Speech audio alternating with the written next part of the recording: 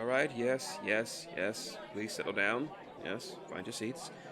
Mr. Stevens, I see you in the back. If you continue your mess, I will inform your senior advisor and you will receive a demerit. Please believe me. Yes. Please find your seats. Find your seats. I thank you all for returning for the second part of my lecture. To anyone who is not particularly interested on the subject of dragons, or are in the wrong class, I should say, you are free to leave, but you are welcome to stay and take notes. Once again, I will remind everyone that for the remainder and the duration of this lecture, I will not be fielding any questions or taking any comments, but you can do so once the lecture is finished, and I will stick around later to answer any and all questions that you may have concerning the topic at hand. As a reminder of who I am, of course, Demorg Gradson. I am the professor of history here at the University of Caspia at Signar, and this particular lecture is on the ATHANC Wars. This will be the second in a series of 3. Of course, I have to remind you, note-taking is encouraged. Keep all questions until after the lecture is finished. As a review of our last lecture, we studied the origins of the dragons, starting with the dragonfather Turk, and the incidents that began what becomes known as the ATHANC Wars. This is the continuation. As soon as his children began to rebel, Turk began to devour them. This first battle was truly calamitous. Not much is known about these early skirmishes, nor how many of his brood Turk actually consumed. What is known is that the dragon Everblight did not participate in his siblings' rebellion at first. In the writings of Thagrosh, his prophet, it is said, let me find the paper here. Here we go. Everblight chose to not immediately involve himself in the battles against Turk. He wanted to gauge him. He was created, from the purest and most sublime portion of Turk's ATHANC, and this perfection allowed him to conceal his presence in a way that others could not. He can also control and restrain his blight, whereas other dragons cannot. Professor Victor Pendrake's Monsternomicon, I would suggest many of you who are interested in the topic, please find a copy. There should be some in the library. It goes on to explain why the dragons didn't immediately band together and defend themselves. Quote, over the years, it has been proven to scholars and explorers that the dragons themselves simply did not band with one another to defeat Turk. No, the competitive nature of the dragon drives them to consume each other, feasting on one another's heartstones to grow in power. As Turk reclaims the fragments of his soul, so do his children inherit the power of the siblings they in turn devour. Each ATHANC is part of a greater whole and seeks to be together, yet the mind of each dragon that guards the power thusly. End quote. Dragons are, by their very nature, very alike. So, for the same reason, Turk took to devouring his progeny. His children did not choose to work together, you see. Furthermore, they learned that they could, too, consume each other's ATHANC shards and grow in power individually. In the poems of Belaudel Edas, a now mostly lost collection of poems passed down via word of mouth, the dragon Nidoboros began to attack his siblings shortly after the dragons fled from Turk's wrath. What remains of the transcriptions of these poems, Nidoboros consumed several of his siblings to become a mighty blighted serpent greater than all of his other siblings. Some other tribal cultures of the era and to modern times still have various myths about Nidoboros that describe it consuming itself in a cycle of destruction and rebirth. Some scholars believe that this may have been observed by various tribal proto-humans and interpreted to be the devourer worm, which led to the formation of the organization known as the Circle of Boros. However, various sources within the organization itself deny this, stating that their sect is far older than these records. Around 3500 BR, what became known as the Black Kingdom of Mord was founded in Western Emerald. Now, I will state this up front. This is not a lecture about them or their accomplishments, so we will not be exploring them today as a subject. I will not be fielding any questions or comments or entertaining any theories about the Kingdom of Mord. They are, however, a subject worth study, and I encourage all of you in this hall to learn more about them, as they are central to human development. But again, they are not the subject of this particular lecture series. What is important to note for our purposes here is that the dragon Everblight founded a lair beneath their kingdom and proceeded to study them and experiment with his own dragon blight. While we are on the subject, we shall delve more deeply into blight and its nature. Blight is a very specific property that only comes from the ATHANC. In and of itself, it is not natural, nor is it found in nature. Blight seemingly is incompatible with all organic life as we know it. When a sentient creature comes into contact with blight, they will experience an array of physical deformities. It is not uncommon for those subject to blight to experience rocky growths, bone spurs, discoloration of eyes, blood, and limbic bile.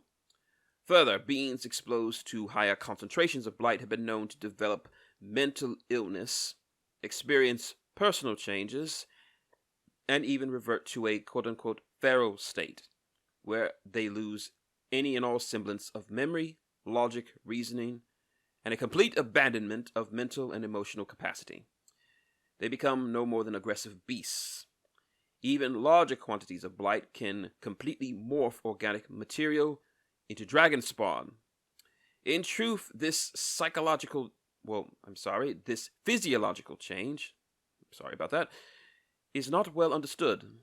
The Order of the Golden Crucible has devoted considerable time and resources to the study of blight, along with several modern-day nations, but at this time, its actual nature still eludes us. There is one final unusual property of blight. The presence of it disrupts Druic power. This may have to do with the proximity of what is essentially anti-life, or it could be that the blight is just antithetical to Cain's natural network of ley lines. Again, to state again, we have yet to truly grasp any kind of understanding of blight. Everblight was able to use his blight to corrupt several of the Lords of Mord and gain a following of cultists and allies within that kingdom. According to the writings of his prophet Thagrosh, Everblight said this, and I quote, "During this time, I continued to master my blight, drinking deeply from Mord's well of knowledge to further unravel my inner nature. Their immunity to my influence vexed me, however, and I sought ways to pierce their shielding sigils. My blight finally began to take hold in the schism between Mord and the gods of man, and after centuries of delving into their secrets, I achieved a sublime and subtle dominance over their lords." Unquote. It is said that Everblight created and lent the Lords of Mord Dragonspawn in order to bolster their armies and expand their territorial holdings. This resulted in two things. The first, Everblight was able to commission the Moric Rune Masters to forge a special blade, the sword called Rapture. We know this from the writings of Thagrosh himself, and to our knowledge, it is the only weapon in existence able to destroy shards of the ATHANC. The second result is that the use of this blight made it so that Turk was able to track and eventually locate Everblight himself. Everblight wasn't the only of Turk's children to be active during this time. In the far-flung northeastern part of Emerald, according to stories brought back from Professor Pendrake, the giants of Behemoth fought and defeated the dragon Edros. It is said that they removed his ATHANC and attempted its destruction. A chieftain, giant chieftain in this case, known as Hekor, or Hekor, depending on your pronunciation and your regional dialect, shattered his sword over the ATHANC and cleaved it in two, but failed to actually destroy it. The giants then tried to dispose of the ATHANC by depositing it into a natural volcano. This proved a fatal mistake, as upon falling into the lava, the ATHANC was rejuvenated, and both shards grew into two separate dragons, Charsong and Ashenfoss, who became a plague upon the giants of Behemoth after the fact. According to Pendrake, this event happened sometime around 2900 BR. The dragon Nectar destroyed the island of Thelborn. According to surviving accounts, the people of Thelborn worshipped and paid tribute to the dragon, until one chieftain made an offering that Nectar took offense to and razed the island completely. From surviving accounts, this event took place approximately around 2600 BR. Between 23 and 2100 BR, we have two accounts of draconic activity. The first account is of Halfang, and how he fought a fierce battle with a famous Cossite king. The site where their fierce battle was waged was used to construct Dragonovich Hall in modern Kador. Halfang retreated into the north afterwards. The second account is that of a surprisingly aggressive Iosan sect serving Pyro Malefic, who seized the Castle of the Keys so that the dragon could make it its lair underneath it. For this next part, we shall move on to the Thousand Cities era with more modern accounts of the ATHANC Wars.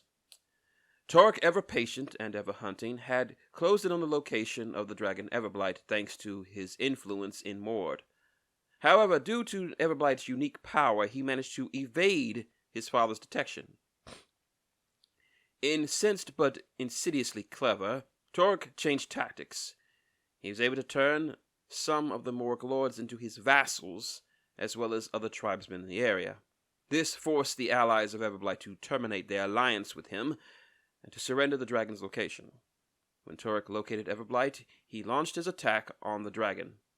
We go back now to the writings of the prophet Thagrosh to hear Everblight's account of this attack. He says, "My myriad of agents alerted me to this betrayal in time to flee as Torek descended. Knowing better than to engage him, I bent all of my strength into escaping. It was my first terrible taste of the bitter substance of what passes for mortality among my kind. If Torek's jaws tore my ATHANC, I would be forever obliterated. The dragonfather inflicted grievous wounds upon me with his claws, but I managed to escape to the mountain lair of my unsuspecting sibling, Nectar, who would serve well as the distraction I required. Nectar and Torek seared the skies as I dove unseen into Blindwater Lake, where I sank to the bottom and concealed my presence.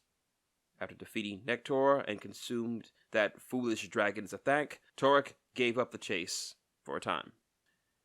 Thagrosh puts the time of this attack around 1800 BR. We don't have to speculate as to why Torek stopped the hunt for the dragon Everblight, as we know from another source what happened after this.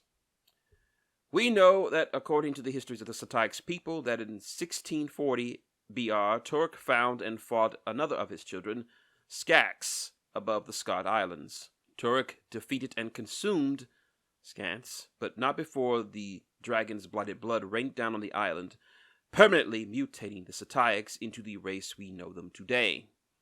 Zax, also known as the Scourge of Calasia, and his battle with Torek is depicted in the ancient works of art, confirming the Sataics' histories. This battle is depicted in tapestries and wood prints, and is mentioned in the Wormwall Cycle. You all should at least have a copy of that on your persons. It wasn't long after that, in 1387 BR, that Torek found, defeated, and consumed the dragon Galvang. According to Omnipotent Lortis of the southern dominion of the Circle of Boros, a prior Omnipotent witnessed this battle firsthand. The Blackclads have not shared this full account to anyone outside their order, but what we do know from it is that the Omnipotent describes not only the battle, but the sheer size of the destruction from it. This is short, but it says, "The battle rent the skies with fire and left a blizzard of caustic ash upon the earth." It isn't much, but given how secretive the Blackclads are, it is a wonder this bit of information made it to the outside world in the first place. The next battle in the ATHANC War occurred in 1270 BR, and the account comes to us from Zavanna Aga, the old witch of Cador. Nidoboros, after hunting his own siblings and amassing his own power, arrogantly launched an attack on Turok. According to Zavanna, the dragon, a champion, gave his life to prove that Turok could be hurt and destroyed. Turok was badly injured after this attack, but was able to defeat Nidoboros. The ferocity of this battle drew out other dragons, causing Turok to flee before claiming Nidoboros' ATHANC. Zavanna took possession of this ATHANC before it could be consumed, spiriting it away and sealing it beneath Hell's Pass. She recruited a secret order made up of Ruach individuals to tend to the secret crypt. We now move on to what is tentatively referred to as the Dragon Alliance. But first I want to make sure to get this out of the way. The term Dragon's Alliance is a bit of a misnomer. Dragons are, by their very nature, very untrusting. However, calling it the Dragon's Alliance is a much more forgiving on the tongue than calling it the Gentle Dragon's Agreement. Whatever the case may be, we do know from information obtained from the Church of Turok that in 1000 BR, the dragon Blightagast called for a congress of the surviving members of Turok's brood. It was here that Blightagast was able to get all the dragons to agree on a concentrated effort to attack the still recovering Turok. It is important to note that Everblight did not participate in this pseudo-alliance, as he himself was still recovering from his own ordeal with Turok. Blightagast took the lead and made the plan. The dragons would go on the offensive against their father. For the ensuing centuries, Turok had culled the weakest and least intelligent of his children in their very lairs, and this left the greatest and most intelligent of his brood to gather for this attack. The historic record shows that the great battle took place in the skies above the Bloodstone Desert. It was an ugly melee that boiled the skies with the heat of dragonfire. They fought with their blight, breath, claws, and fangs. Blighted blood rained down from the lands to the lands below. Slowly, the battle grew more and more one-sided until Turok, wounded and losing, fled the battlefield. He would flee all the way to the mainland of the Scarred Islands, where he reached refuge. Blightagast took the highest peak in the Wormwall Mountains as his lair. It is here that Blightagast keeps a vigil against the potential return of his father to the mainland. His roost is near the Signaran city of Highgate. Blightagast moves so little that it would easily be mistaken for a statue, and as such most people in Highgate do not believe him to be a real dragon, despite the occasional dragon spawn showing up at the city gates. The rest of the timeline before the invasion of the Orgoth, we see Everblight move from Blindwater Lake to the Skybridge Mountains in Ios, attacks in what is now Cador from Halfong, and Turok's creation of the Nightmare Empire of Krix, who then attempt an invasion of the mainland in 780 BR, only for Blightagast to kill one of Turok's new Lich Lords and maintain his vigil. Now we reach to one of the more pivotal moments of not just the ATHANC Wars, but also in the history of Western Imran. You all know what I'm about to talk about. I'm talking about the Orgoth invasion. As we all know, the invasion was the turning point in the history of Cain, and due to the nature of this conflict, most of our history of this time lacks information that is not specifically about the Orgoth. What we do know is that shortly after the Orgoth invasion, the Worm Saga cycle was originally written. We now turn to that source for a description of Turok as he laid waste to the Orgoth who attempted to land in the Scarred Islands. "And I, weeping at the sight of the land laid waste, witnessed the black worm fall upon us, bore up 28, and all went screaming into the maw. Swords and spears were nothing to it, and their skins were boiled from the bone.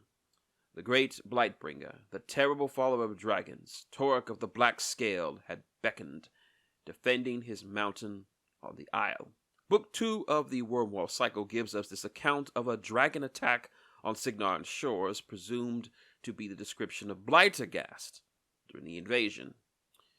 I quote, "And the vast magnificent beast smote the Cyrenian fleet with buffets of his sandbar wings, and therewith unleashed burning oil from his terrible snout that burnt the very rocks of the great coast for 7 nights and 7 days.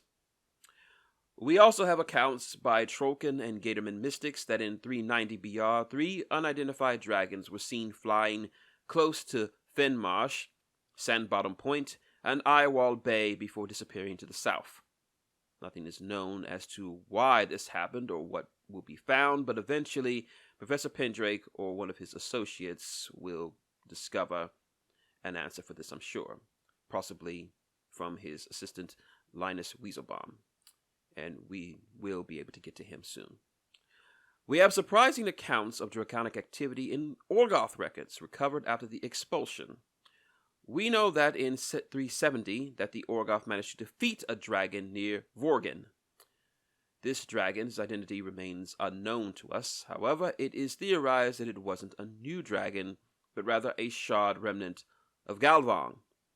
We know that the Orgoth took the ATHANC to a temple. Shortly thereafter, it was completely destroyed, with no survivors, and the dragon survived. Another Orgoth record shows that they undertook an expedition to the Castle of the Keys. It is said that they completely slaughtered the cult of Iosans following the dragon Pyromalefic, but the dragon then killed all the Orgoth in that expedition down to the man.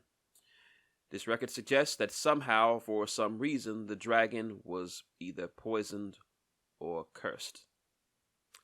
And that concludes this lecture on the ATHANC Wars. Please join me for our next and final installment, where we will discuss the modern era and our encounters with dragons.